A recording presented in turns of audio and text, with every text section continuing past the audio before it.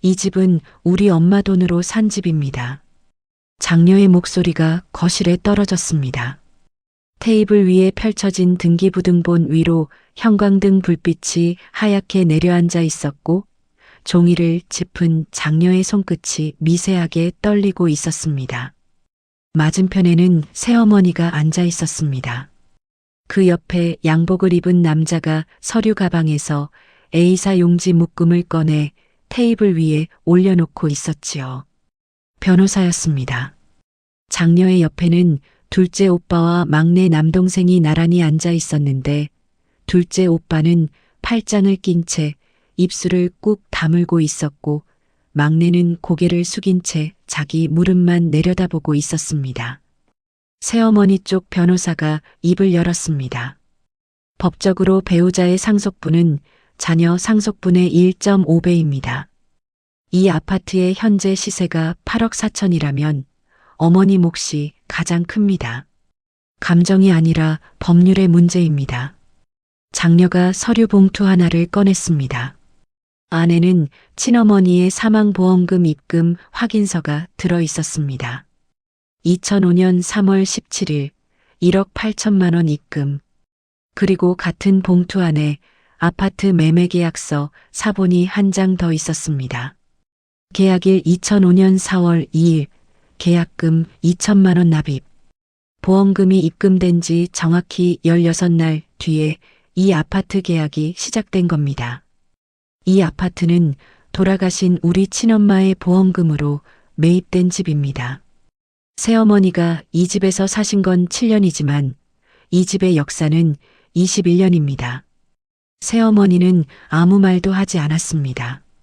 대신 변호사가 말했습니다. 매입 자금의 출처와 현재 등기 명의는 별개의 법률 문제입니다. 명의자는 고인이시고 고인의 법적 배우자는 이쪽 분이십니다.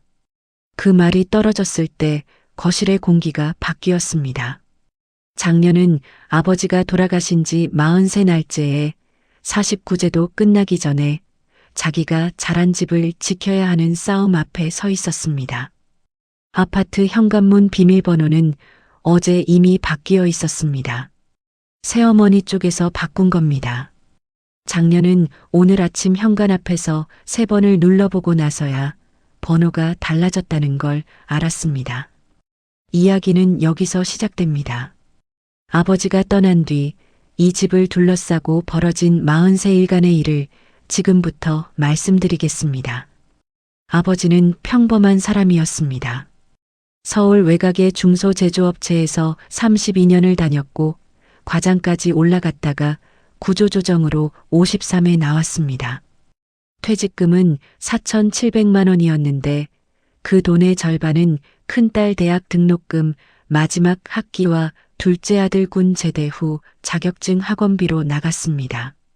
아버지가 재취업한 곳은 인근 산업단지의 부품 납품회사였고 월급은 이전 직장의 3분의 2 수준이었지만 불평 한마디 없이 다녔습니다. 어머니, 그러니까 친어머니는 아버지보다 먼저 아팠습니다. 장녀가 26, 둘째가 23, 막내가 20살이던 해에 위암 판정을 받았습니다. 수술을 했고 항암을 했고 1년 반을 버텼습니다. 병원비는 아버지의 적금 2개와 어머니의 보험중도 인출금으로 충당했습니다. 어머니가 돌아가신 건 2004년 가을이었습니다. 사망보험금 1억 8천만 원은 어머니가 결혼 초에 들어둔 종신보험에서 나왔습니다. 아버지는 그 돈을 통장에 넣어두고 반년 가까이 손도 대지 않았습니다. 장녀의 기억으로는 아버지가 저녁마다 어머니 영정사진 앞에 물 한 잔을 올려놓고 한참을 앉아 있었다고 합니다. 어느 날 아버지가 장녀를 불러 이렇게 말했습니다. 엄마가 남긴 돈으로 너희가 살 집을 하나 마련해 두려 한다. 나중에 내가 없어도 너희가 갈 곳이 있어야 하지 않겠느냐. 그렇게 산 집이 지금 이 아파트입니다. 2005년 봄 서울 외곽 신도시에 있는 32평형. 보험금 1억 8천에 대출 1억을 보태서 2억 8천에 샀습니다. 아버지는 아이들 셋을 이 집에서 키웠고 장녀는 이 집에서 시집을 갔고 둘째 아들은 이 집 작은 방에서 공무원 시험 준비를 했고 막내는 이 집 거실에서 기타를 치며 대학을 다녔습니다. 아버지가 재혼한 건 2019년이었습니다. 어머니가 떠난 지 15년이 지나서였습니다. 자녀들은 이미 다 독립한 뒤였고 아버지는 이 아파트에 혼자 살고 있었습니다. 새어머니는 아버지보다 7살 아래인 61살이었고 결혼정보회사를 통해 만났습니다. 아버지가 자녀들에게 재혼 이야기를 꺼냈을 때 장녀는 찬성했습니다. 아버지 혼자 사시는 게 걱정이었기 때문입니다. 둘째 오빠도 동의했고 막내만 좀 어색해했지만 반대하지는 않았습니다. 새어머니가 이 아파트에 들어온 건 결혼 직후였습니다. 이삿짐은 중형 트럭 한 대 분량이었고 그중 절반이 옷이었습니다. 장녀가 인사차 방문했을 때 어머니의 영정 사진이 거실에서 치워져 있었습니다. 아버지의 서재 책상 위로 옮겨져 있었지요. 장녀는 그 자리에서는 아무 말도 하지 않았습니다. 다만 돌아가는 차 안에서 남편에게 전화를 걸어 한마디를 했습니다. 엄마 사진이 구석으로 갔어. 그게 시작이었습니다. 아직은 아무것도 아닌 것처럼 보였지만 장녀의 마음에는 무언가 작은 것이 걸리기 시작했습니다. 새어머니는 처음 1년 동안은 조용했습니다. 명절에 자녀들이 오면 밑반찬을 준비했고 아버지와 함께 산책을 다녔고 동네 문화센터에서 요가를 배웠습니다. 그런데 둘째 해부터 조금씩 달라지는 것들이 있었습니다. 아버지가 장녀에게 전화하는 횟수가 줄었습니다. 예전에는 일주일에 2~3번은 걸어오시던 분이 한 달에 1~2번으로 줄었습니다. 장녀가 먼저 전화하면 아버지는 짧게 통화하고 끊었습니다. 옆에서 누가 듣고 있는 것 같은 느낌이었다고 합니다. 그리고 재혼 2년째 되던 해 아버지가 장녀에게 한 가지를 물어봤습니다. 아파트 등기에 이름을 하나 더 넣는 게 복잡하냐? 장녀가 누구 이름을 넣으시려고요? 라고 묻자 아버지는 대답하지 않았습니다. 장녀는 그날 밤 잠을 이루지 못했습니다. 누구 이름인지 물어볼 필요가 없었기 때문입니다. 한 달 뒤 아버지가 다시 전화해서 말했습니다. 그거 안 하기로 했다. 신경 쓰지 마라. 장녀는 안도했지만 마음 한구석에 남은 것이 있었습니다. 아버지가 스스로 판단해서 안 한 건지 아니면 한번 시도했다가 자녀들 반응이 두려워서 물러선 건지 그 구분이 되지 않았습니다. 그 전화 통화가 있었던 2021년 봄을 기준으로 새어머니의 과거에 대해 장녀가 알고 있는 것은 거의 없었습니다. 이혼 경력이 있다는 것, 자녀가 한 명 있지만 연락이 뜸하다는 것, 결혼 전에 작은 옷 가게를 했다는 것. 그 정도였습니다. 아버지가 알려주지 않은 건 아니었을 겁니다. 다만 장녀가 깊이 묻지 않았던 거지요.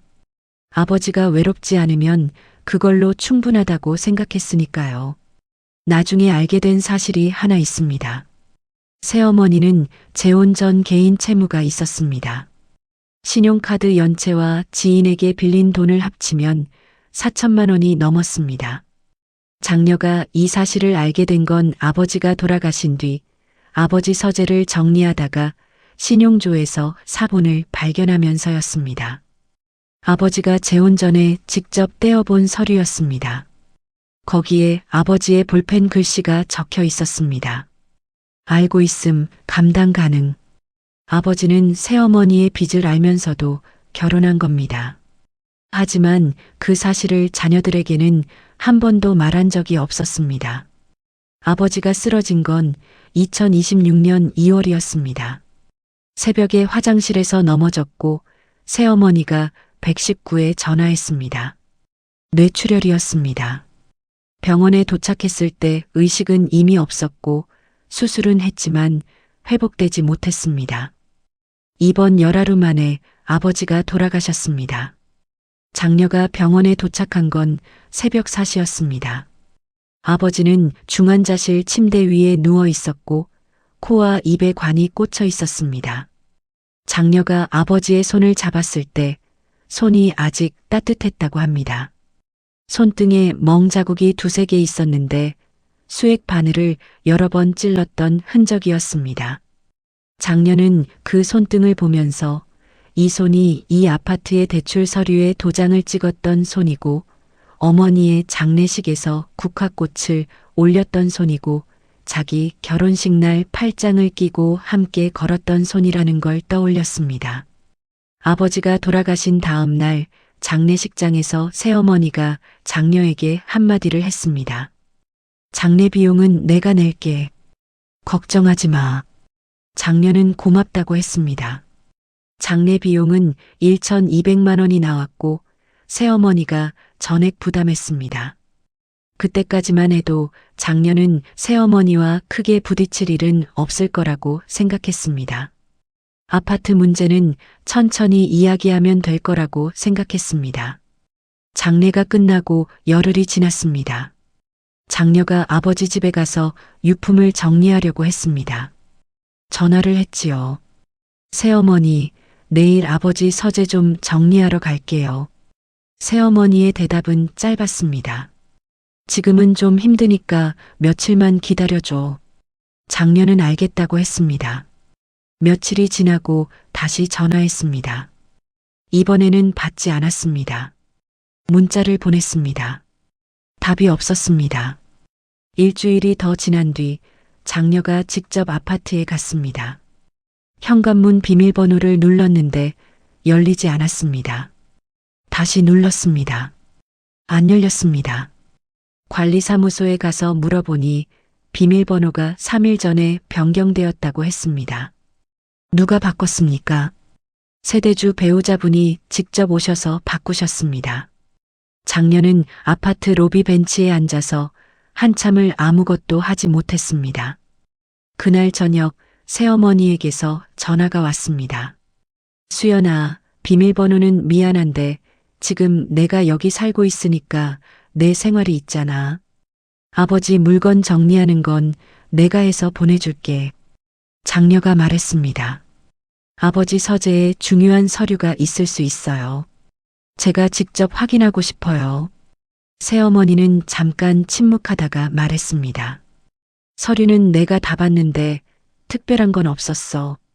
그 전화를 끊고 장녀가 둘째 오빠에게 연락했습니다. 오빠, 비밀번호 바꿨대. 서류도 자기가 다 봤다고 해. 둘째 오빠는 한참 말이 없다가 이렇게 말했습니다. 그냥 넘어가면 안 되겠다. 장례가 끝난 지 25일째 되던 날 새어머니에게서 등기우편이 왔습니다. 수신이는 장녀, 둘째, 막내 세 사람 모두에게 각각 한 통씩이었습니다. 봉투를 열었습니다. 안에는 법무법인 명의의 공식 서한이 들어 있었습니다. 고인의 배우자로서 민법 재청구조에 따른 법정 상속분을 통보합니다. 아파트 지분 협의를 요청하며 30일 이내 회신이 없을 경우 법적 절차를 진행하겠습니다. 서한 아래에 새어머니의 이름과 변호사의 직인이 찍혀 있었습니다. 자녀들이 알고 있는 것은 하나였습니다. 이 아파트는 친어머니의 보험금으로 산 집이라는 것. 하지만 법이 말하고 있는 것은 달랐습니다. 명의는 아버지이고 아버지의 법적 배우자는 새어머니이며 배우자의 상속 지분은 자녀 개인 지분보다 크다는 것. 사실과 법률 사이에 벌어진 틈이 이 집 한 채의 운명을 갈라놓고 있었습니다. 장녀는 그날 밤 아버지의 보험금 입금 확인서를 꺼내서 식탁 위에 올려놓았습니다. 2005년 3월 17일 1억 8천만 원. 종이가 누렇게 바른 채로 21년을 버텨온 겁니다. 그 옆에 아파트 매매계약서 사본을 나란히 놓았습니다. 2005년 4월 2일, 날짜 차이 16일. 이 두 장의 종이가 이 아파트의 시작을 증명하고 있었습니다. 하지만 법정에서 이것이 힘을 발휘할 수 있는지는 장녀도 확신할 수 없었습니다. 그 주말 자녀 셋이 장년의 집 거실에 모였습니다. 둘째 오빠가 아는 법무사에게 전화로 상담을 받은 내용을 전했습니다. 결론부터 말하면 보험금 출처를 증명해도 명의가 아버지 단독이면 상속재산으로 잡힌다고 합니다. 특유재산이라고 주장하려면 아버지가 생전에 이 돈은 아이들 엄마 돈이라는 걸 문서로 남겼어야 하는데 그런 게 있는지 모르겠습니다. 장녀가 말했습니다. 아버지가 그런 문서를 남겼을까? 둘째 오빠가 고개를 저었습니다. 아버지 성격에 그런 걸 따로 만들었을 것 같지 않아. 막내는 조용히 듣고만 있었습니다. 법무사의 설명은 이랬습니다. 현재 상태로 가면 이 아파트의 상속 지분은 새어머니 7분의 3, 자녀 셋이 각 7분의 1과 3분의 1 수준이 됩니다. 시세 8억 4천 기준으로 새어머니 몫이 3억 6천만 원 정도 됩니다. 새어머니가 현금으로 달라고 할 수도 있고 경매를 신청할 수도 있습니다. 경매. 그 단어를 듣는 순간 장녀의 얼굴이 굳었습니다. 이 집이 경매로 넘어간다는 건 어머니의 보험금이 아버지가 아이들을 위해 마련한 그 집이 낯선 사람에게 팔린다는 뜻이었습니다. 장녀는 그날 밤 잠을 자지 못했습니다. 새벽 2시에 부엌에 나가 물을 한 잔 따랐는데 컵을 잡는 손이 떨렸습니다. 다음 주 장녀가 직접 변호사를 찾아갔습니다. 상담료 22만 원을 내고 1시간을 앉아 있었습니다. 변호사의 말은 법무사와 크게 다르지 않았지만 한 가지를 더 말해줬습니다. 혹시 아버지가 유언장이나 공증을 남기셨을 가능성은 없나요? 장녀는 모르겠다고 했습니다. 변호사가 말했습니다. 공증 유언이 있으면 얘기가 완전히 달라집니다. 배우자의 유류분은 법정 상속분의 절반으로 줄고 나머지는 유언 내용대로 갑니다. 장녀는 집에 돌아와서 아버지 서재를 정리해야 한다는 생각뿐이었습니다. 하지만 아파트 비밀번호가 바뀌었고 새어머니는 연락을 피하고 있었습니다. 그때 둘째 오빠가 한 가지를 확인했습니다. 아버지 명의로 된 금융 거래를 조회해 본 겁니다. 사망 신고 후 금융감독원을 통해 상속인 자격으로 금융거래 조회를 신청한 결과 아버지 명의의 통장이 4개 나왔습니다. 셋은 잔액이 얼마 안 되는 생활통장이었고 하나는 정기예금이었습니다. 그런데 정기예금 통장에 이상한 점이 있었습니다. 만기가 올해 1월이었는데 이미 해지되어 있었습니다. 해지일은 아버지가 돌아가시기 이틀 전이었습니다. 입원 중이던 날짜입니다. 금액은 2,300만 원이었고 해지 후 이체된 계좌는 새어머니 명의의 계좌였습니다. 장녀가 이 사실을 확인한 건 아버지가 돌아가신 지 한 달이 지난 뒤였습니다. 아버지가 중환자실에 있던 날, 의식이 없던 날 누군가가 아버지의 정기예금을 해지하고 그 돈을 빼갔다는 뜻이었습니다. 인감도장과 위임장이 있어야 가능한 일이었습니다. 장녀는 아버지의 인감도장이 어디에 있는지 몰랐습니다. 예전에는 서재 책상 오른쪽 서랍에 있었다는 것만 기억하고 있었습니다. 이제 문제는 아파트만이 아니었습니다. 2,300만 원의 예금이 어떻게 빠져나갔는지, 인감도장은 누가 가지고 있는지, 아버지의 서재에 또 무엇이 있었는지 장녀는 아무것도 확인할 수 없는 상태였습니다. 열쇠가 필요했습니다. 물리적인 열쇠가 아니라 그 집 안에 들어갈 수 있는 명분이 필요했습니다. 둘째 오빠가 말했습니다. 상속재산 목록 확인 요청을 공식으로 보내자. 내용 증명으로. 그래야 거부하면 법적으로 문제가 생긴다. 내용 증명을 보낸 것이 화요일이었습니다. 금요일에 새어머니의 변호사에게서 연락이 왔습니다. 서재 확인은 자녀 대표 1인에 한해 새어머니 입회하에 이 시간 이내로 허용하겠습니다. 물건 반출은 불가합니다. 촬영만 가능합니다. 이 시간, 촬영만 가능. 아버지가 30년 넘게 쌓아온 서류와 기록들을 이 시간 안에 사진으로만 찍어야 했습니다. 장녀는 그 조건을 받아들일 수밖에 없었습니다. 거부하면 서재를 아예 볼 수 없었으니까요. 장녀가 아버지의 서재에 들어간 건 일요일 오전 10시였습니다. 새어머니가 거실에 앉아 있었고 새어머니의 변호사 사무실 직원이 한 명 더 와 있었습니다. 장녀는 핸드폰 카메라를 켜고 서재로 들어갔습니다. 서재는 6평 남짓한 작은 방이었습니다. 책상 하나, 책장 2개, 서랍장 하나. 책상 위에는 아버지가 쓰던 돋보기와 볼펜 꽂이가 그대로 있었습니다. 책장에는 기술 서적과 자기계발 책이 꽂혀 있었고 그 사이사이에 클리어 파일이 끼워져 있었습니다. 장녀는 클리어 파일부터 열었습니다. 건강보험 납부 영수증, 아파트 관리비 고지서, 자동차 보험 증서, 일상적인 서류들이었습니다. 책상 서랍을 열었습니다. 오른쪽 첫째 서랍. 예전에 인감도장이 있던 자리였습니다. 도장은 없었습니다. 서랍 안에는 명함이 몇 장, 열쇠 2개, 안경 닦기 1001장이 들어 있었습니다. 인감도장이 없다는 걸 확인한 순간 장녀의 심장이 빨라졌습니다. 누가 가져갔는지는 모르겠지만 여기에 없다는 사실 자체가 이상했습니다. 둘째 서랍을 열었습니다. 여기에 두꺼운 서류 봉투가 하나 있었습니다. 봉투 겉면에 아버지의 글씨로 아이들이라고만 적혀 있었습니다. 봉투를 열었습니다. 안에는 3가지가 들어 있었습니다. 첫째는 친어머니의 보험증서 원본이었습니다. 이것은 장녀도 사본은 가지고 있었지만 원본을 본 건 처음이었습니다.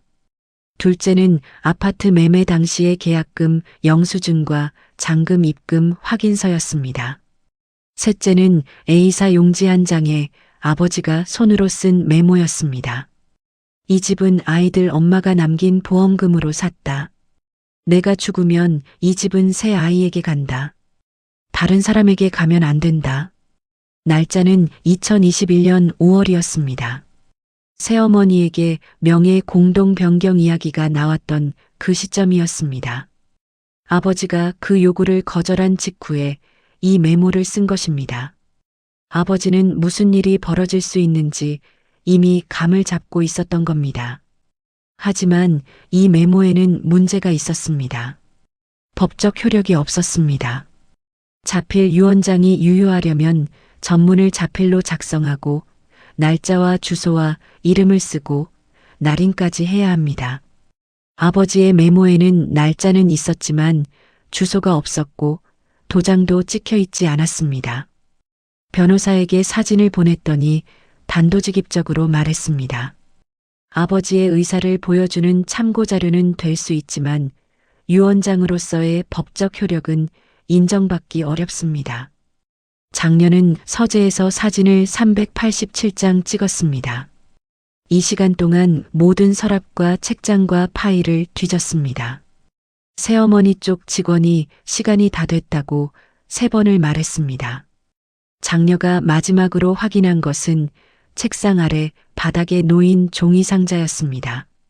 상자 안에는 오래된 사진 앨범 2권과 어머니의 장례식 방명록이 들어 있었습니다.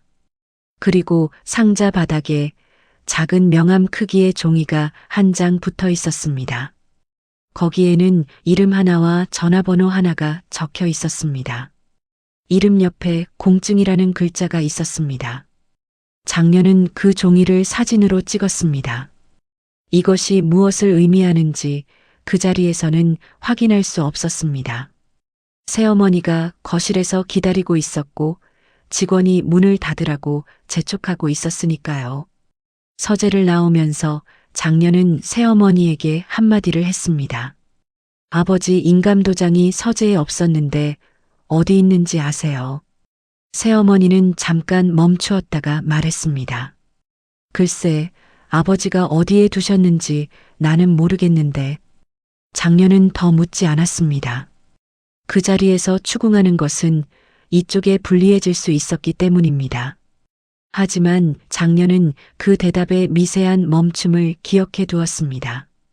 집으로 돌아온 장녀가 먼저 한 일은 사진 387장을 노트북으로 옮긴 뒤 상자 바닥에서 찍은 명함 크기 종이를 확대하는 것이었습니다. 공증, 그 글자 옆에 적힌 이름과 전화번호. 장녀는 그 번호가 공증사무소일 수 있다고 생각했습니다. 하지만 확신은 없었습니다.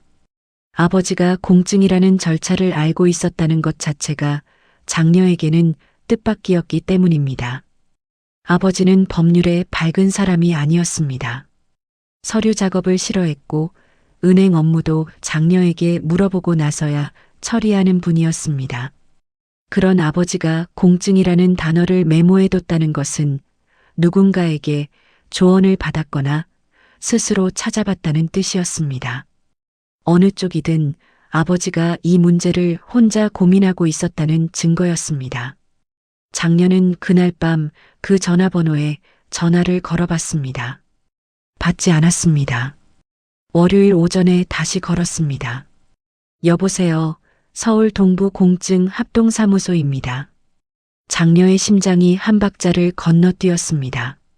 장녀가 아버지의 이름과 주민등록번호를 말하고 혹시 이분이 공증을 진행하신 기록이 있느냐고 물었습니다. 사무소 직원은 개인정보 확인 절차가 필요하다며 상속인 자격을 증명하는 서류를 가지고 직접 방문해 달라고 했습니다. 장녀는 그 주 수요일에 사무소를 방문했습니다.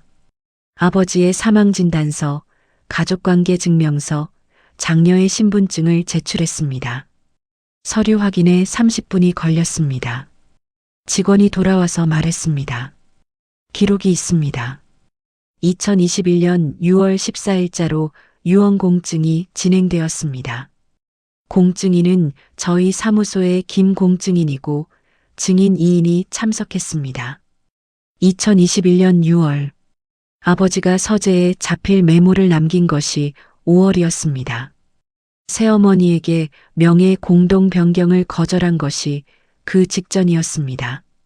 아버지는 메모를 쓴 뒤 한 달 안에 공증사무소까지 직접 찾아간 겁니다. 혼자서. 공증유언의 내용은 이랬습니다. 본인 소유의 아파트는 사망 시 장녀, 차남, 삼남 세자녀에게 균등하게 상속한다.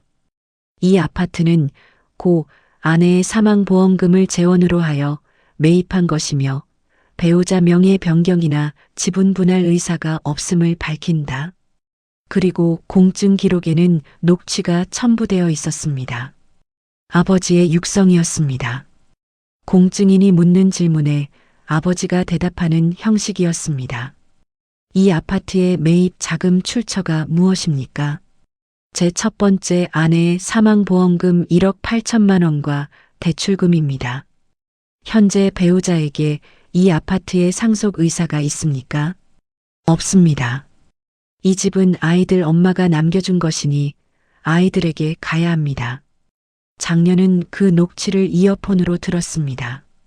아버지의 목소리가 귀에 닿았을 때 사무소 의자에 앉은 채로 한참을 움직이지 못했습니다. 아버지의 목소리는 떨리지 않았습니다. 또박또박했습니다. 준비한 사람의 목소리였습니다. 장녀가 몰랐던 아버지의 얼굴이 거기에 있었습니다. 말없이 누구에게도 알리지 않고 혼자서 이 일을 해놓은 사람. 장녀는 공증 유언 사본을 발급받았습니다. 수수료 3만 원이었습니다. 그 서류를 가방에 넣고 사무소를 나오는데 복도의 형광등이 유난히 밝았습니다. 장녀는 엘리베이터를 기다리면서 둘째 오빠에게 전화를 걸었습니다. 오빠 찾았어. 아버지가 공증을 해뒀어. 둘째 오빠는 3초쯤 말이 없다가 이렇게 말했습니다. 아버지가 그걸 하셨어? 네. 녹취도 있어. 아버지 목소리로. 그날 저녁 자녀 셋이 다시 모였습니다. 장녀가 공증 유언 사본을 테이블 위에 올려놓았습니다. 셋이 돌아가며 읽었습니다. 막내가 처음으로 입을 열었습니다. 아버지가 이걸 혼자 하셨구나. 우리한테 한마디도 안 하시고. 장녀가 말했습니다. 아버지는 우리한테 짐을 지우고 싶지 않으셨던 거야. 새어머니한테 직접 거절을 했고, 그래도 혹시 모르니까 공증까지 해둔 거지. 근데 우리한테는 말 안 하신 거야. 걱정시키기 싫으셨으니까. 하지만 변호사에게 확인해야 할 것이 있었습니다. 공증 유언이 있어도 배우자의 유류분은 완전히 없앨 수 없다는 것을 장녀도 알고 있었습니다. 유류분, 법이 보장하는 최소 상속분. 공증 유언으로 배우자 지분을 0으로 만들 수는 없고 유류분 청구가 들어오면 일부는 줘야 합니다. 문제는 그 범위가 어디까지냐는 것이었습니다. 변호사에게 공증 유언 사본을 보여주자 말이 달라졌습니다. 이건 결정적입니다. 유언 공증이 유효하면 전체 상속이 유언에 따라가고 배우자는 유류분만 청구할 수 있습니다. 유류분은 법정 상속분의 2분의 1이니까 아까 말씀드린 3억 6천이 아니라 1억 8천 정도로 줄어듭니다. 게다가 매입 자금이 전 배우자 보험금이라는 것까지 입증되면 특유재산 논리로 유류분도 더 낮춰 다툴 여지가 있습니다. 3억 6천과 1억 8천. 그 차이가 거의 2억이었습니다. 그리고 더 다투면 1억 아래로도 내려갈 수 있다는 뜻이었습니다. 장녀는 그 순간 아버지가 공증사무소에 앉아서 마이크 앞에서 대답하고 있었을 장면을 떠올렸습니다. 아버지 혼자 아무도 모르게 이 집을 지키기 위해서 새어머니 쪽에 공증 유언의 존재를 알린 것은 변호사를 통해서였습니다. 장녀 쪽 변호사가 새어머니 쪽 변호사에게 공증 유언 사본과 녹취 기록의 존재를 통보했습니다. 그리고 유언에 따라 아파트는 자녀 3명에게 상속되며 배우자 지분에 대한 기존 주장을 철회해달라는 서면을 보냈습니다. 3일 동안 답이 없었습니다. 4일째 되던 날 새어머니 쪽 변호사에게서 연락이 왔습니다. 유언 공증의 효력을 인정하지 않겠다는 내용이 아니었습니다. 공증 유언의 유효성은 인정하나 의뢰인의 유류분 청구 의사는 유지됩니다. 그리고 추가적으로 고인 사망 전 2일에 해지된 정기예금 2,300만 원은 고인의 생전 의사에 따라 배우자에게 증여된 것으로 주장합니다. 생전 증여. 아버지가 의식이 없던 날짜에 해지된 예금을 생전 증여라고 주장하는 것이었습니다. 장녀는 이 부분에서 분노를 넘어 허탈한 느낌이 들었다고 합니다. 어떻게 중환자실에 있던 사람의 의사에 따라 해지할 수 있는 겁니까? 변호사가 말했습니다. 사전에 위임장을 작성했다고 주장할 수 있습니다. 실제로 그런 위임장이 있을 수도 있고 아버지가 의식이 있을 때 구두로 부탁했다고 주장할 수도 있습니다. 이건 은행 기록과 당일 병원 기록을 대조해서 따져야 합니다. 장녀가 은행에 정보 공개를 요청했습니다. 해당 정기예금 해지 당시의 처리 기록을 상속인 자격으로 요청한 겁니다. 은행에서 나온 기록에 따르면 해지 신청은 창구에서 이루어졌습니다. 신청자는 새어머니 본인이었습니다. 제출 서류는 예금주의 인감도장과 위임장이었습니다. 위임장. 장녀가 위임장의 사본을 받아봤습니다. 거기에 찍힌 도장은 아버지의 인감도장이 맞았습니다. 그런데 위임장의 작성 날짜가 아버지가 입원하기 나흘 전이었습니다. 아버지가 쓰러지기 전에 미리 작성한 것처럼 되어 있었습니다. 하지만 둘째 오빠가 한 가지를 확인했습니다. 아버지의 필체를 아는 사람이라면 위임장의 글씨가 아버지의 것인지 아닌지 판단할 수 있었습니다. 장녀가 가지고 있는 아버지의 자필 메모와 위임장의 글씨를 나란히 놓고 비교했습니다. 한자 한자 대조해 보니 위임장의 글씨는 아버지의 필체와 미묘하게 달랐습니다. 아버지는 숫자를 쓸 때 항상 동그라미를 위에서 시작했는데 위임장의 숫자는 아래에서 시작하고 있었습니다. 작은 차이였지만 장녀의 눈에는 확실했습니다. 이 위임장은 아버지가 쓴 게 아닐 수도 있어. 변호사에게 이 점을 말하자 변호사는 필적 감정을 의뢰할 수 있다고 했습니다. 다만 비용이 80만 원에서 150만 원 정도 들고 결과가 나오기까지 3주에서 한 달이 걸린다고 했습니다.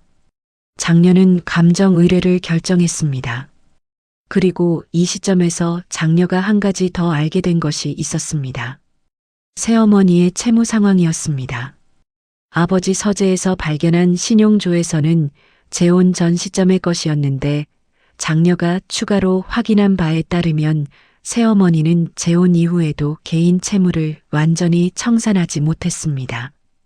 아버지가 일부를 갚아줬지만 지인에게 빌린 돈 1,500만 원은 아직 남아 있었습니다. 새어머니가 이 아파트 지분에 집착하는 이유가 거기에 있었습니다.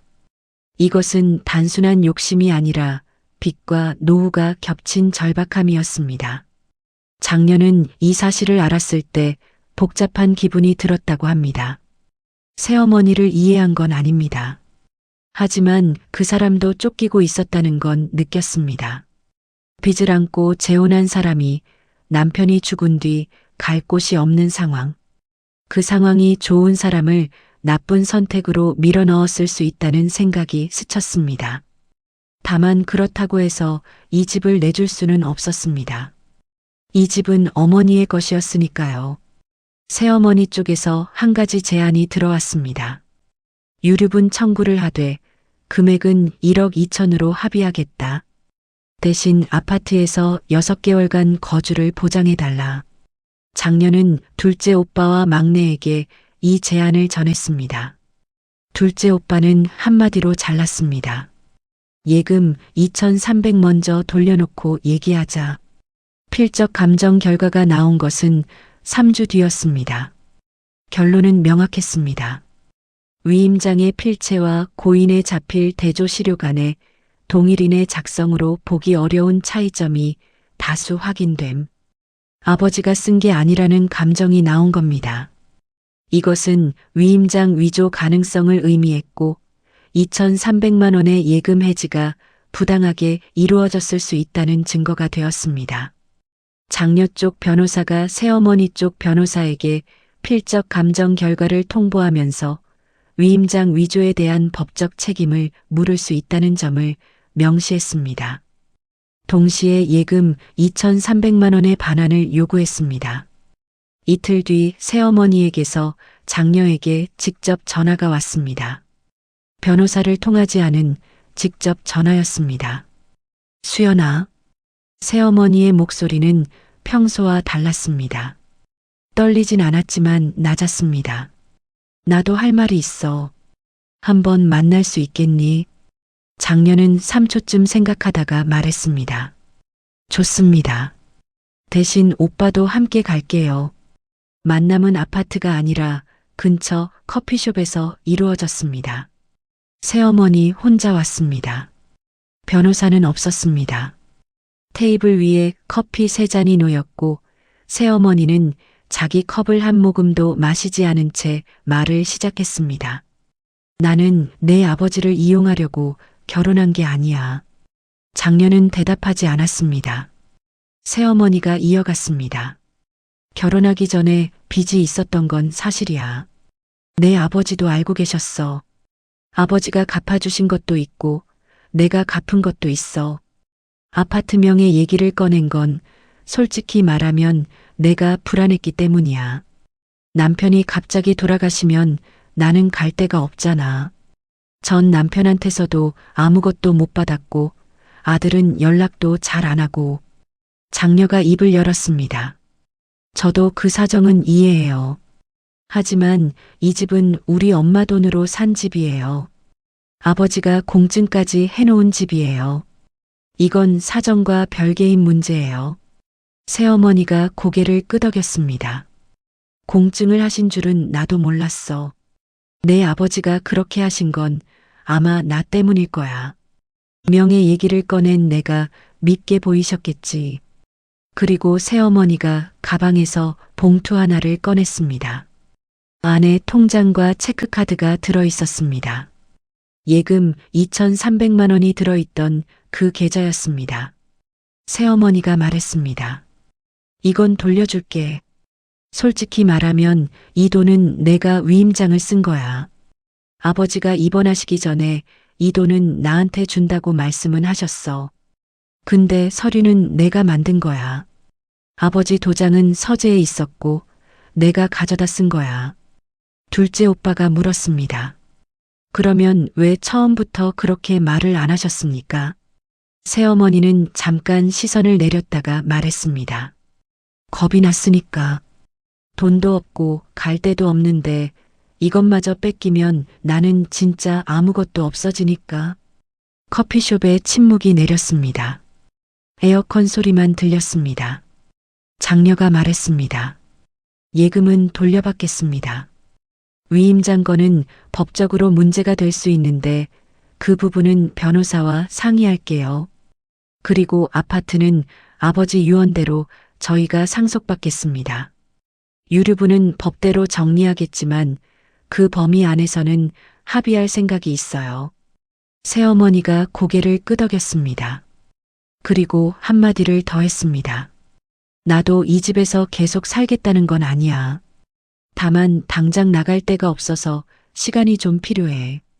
합의는 2주 뒤에 이루어졌습니다. 내용은 이랬습니다.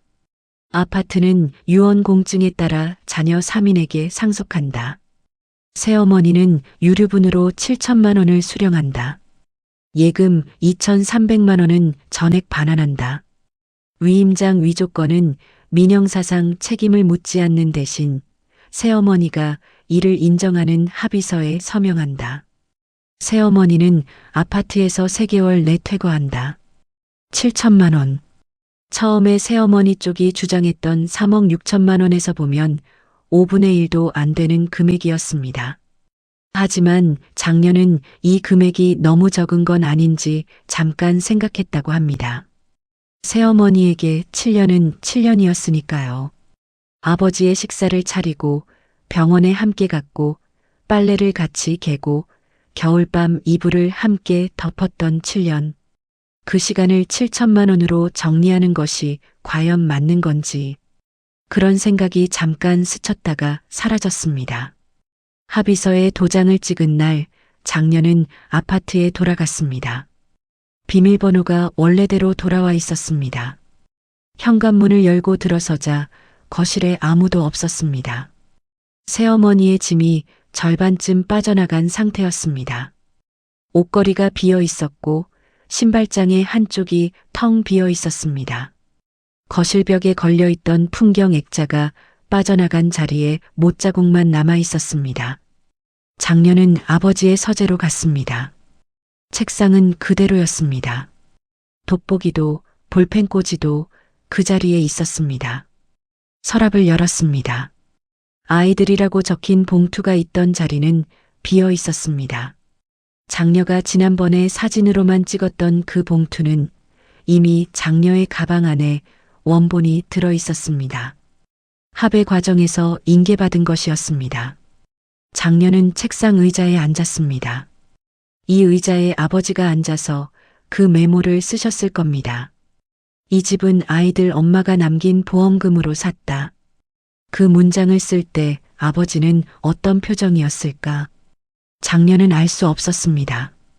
다만 아버지가 공증사무소에서 녹취를 남길 때의 목소리를 기억하고 있었습니다. 떨리지 않는 또박또박한 목소리. 이 집은 아이들 엄마가 남겨준 것이니 아이들에게 가야 합니다. 장녀는 그 의자에 앉아서 핸드폰을 꺼냈습니다. 공증사무소에서 받아온 녹취 파일을 한 번 더 재생했습니다. 이어폰을 끼지 않았습니다. 아버지의 목소리가 서재의 작은 공간을 채웠습니다. 이 집은 아이들 엄마가 남겨준 것이니 아이들에게 가야 합니다. 방 안에 아버지의 돋보기와 볼펜꽂이와 오래된 책들 사이로 5년 전 아버지의 목소리가 흘렀습니다. 둘째 오빠가 전화를 해왔습니다. 누나, 다 끝난 거지. 장녀가 말했습니다. 응, 끝났어. 막내에게도 전화했습니다. 막내는 한참 말이 없다가 이렇게 말했습니다. 누나, 아버지가 대단하신 거야. 아무한테도 말 안 하고 그걸 다 해놓으신 거잖아. 장녀가 대답했습니다. 아버지는 원래 그런 분이셨어. 말로 하는 게 아니라 해놓는 분. 우리가 몰랐던 것 뿐이지. 그날 저녁 장녀는 아파트 거실에 혼자 앉아 있었습니다. 새어머니의 짐이 빠진 거실은 넓어 보였습니다. 창밖으로 아파트 단지의 가로등이 하나둘 켜지고 있었습니다. 이 창문으로 아버지가 매일 저녁 밖을 보셨을 겁니다. 어머니가 살아있을 때도, 혼자 남았을 때도, 새어머니와 함께 있을 때도 이 창문 앞에 서서 같은 풍경을 보셨을 겁니다. 장녀는 가방에서 친어머니의 보험증서 원본을 꺼냈습니다. 1997년에 가입된 종신보험. 종이가 누렇게 변색되어 있었고 한쪽 모서리가 접혀 있었습니다. 29회 전 어머니가 이 보험에 가입했을 때는 자기가 먼저 세상을 떠날 거라고 생각하지 않았을 겁니다. 그저 가족에게 무슨 일이 생기면 쓰라고 들어둔 것이었겠지요. 그 보험금이 이 아파트가 되었고 이 아파트가 아버지의 마지막 싸움이 되었고 그 싸움이 오늘 끝난 겁니다. 아파트 등기 이전은 다음 달에 완료될 예정이었습니다. 명의는 자녀 3명의 공동 소유로 바뀌게 됩니다. 이 집을 어떻게 할 것인지, 팔 것인지, 누가 들어와 살 것인지는 아직 정해지지 않았습니다. 다만 장녀는 하나만 결정해 둔 게 있었습니다. 아버지의 서재는 당분간 그대로 두겠다는 것. 돋보기도, 볼펜꽂이도, 책장의 책들도 그 자리에 두겠다는 것. 그리고 어머니의 영정 사진을 서재에서 다시 거실로 옮겨 놓았습니다. 원래 있던 자리, 거실 장식장 위. 영정 속의 어머니는 40 초반의 얼굴이었습니다. 장녀가 어렸을 때 기억하는 어머니의 얼굴과 비슷했습니다. 거실의 시계가 저녁 8시를 가리키고 있었습니다. 장녀는 일어나서 부엌으로 갔습니다. 냉장고에 아무것도 없었습니다. 텅 빈 냉장고의 불빛이 어두운 부엌을 비추고 있었습니다. 장녀는 냉장고 문을 닫고 핸드폰을 들어 배달 앱을 열었습니다. 된장찌개 하나를 시켰습니다. 어머니가 끓이던 것과는 다른 맛이겠지만 오늘은 그걸로 충분했습니다. 이 아파트의 봄 저녁은 예전이나 지금이나 창문 너머로 들어오는 바람이 같은 온도였습니다.